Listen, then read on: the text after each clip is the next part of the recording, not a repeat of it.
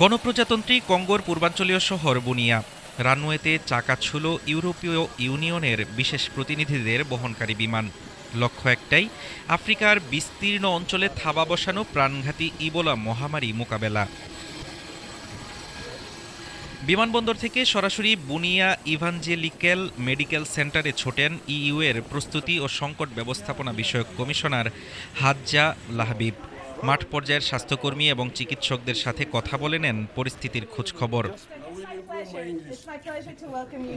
ব্রাসেলসের এই সহায়তার আওতাতেই দুর্গম এলাকাগুলোতে তৈরি হবে আধুনিক ডায়াগনস্টিক সেন্টার। এর আগে ইকো এবং ইউনিসেফের যৌথ উদ্যোগে ৮টি বিশেষ ফ্লাইটে প্রায় ১০০ টন জরুরি চিকিৎসা সামগ্রী পৌঁছেছে দুর্গম ইতুরিতে। কঙ্গো ও উগান্ডায় ল্যাব পরীক্ষায় বন্দিবুগীয় ভাইরাস শনাক্তের পর গত মে মাসে এটিকে আন্তর্জাতিক জরুরি অবস্থা ঘোষণা করে বিশ্ব স্বাস্থ্য সংস্থা।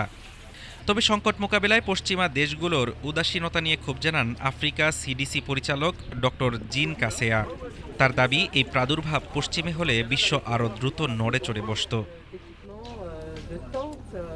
বিশ্ব স্বাস্থ্য সংস্থার ৫১ কোটি ৮০ লাখ ডলারের বিশাল পরিকল্পনা সত্ত্বেও এখন পর্যন্ত আক্রান্তের সংখ্যা ৪০০-র কাছাকাছি। প্রাণ হারিয়েছেন ৬৩ জন। আর তাই মহামারী আরও ছড়িয়ে পড়ার আগেই দ্রুত আন্তর্জাতিক সহায়তার কার্যকর বাস্তবায়ন চান আফ্রিকার মানুষ। হাফিজুর রহমান তুষার, ঢাকা টুডে।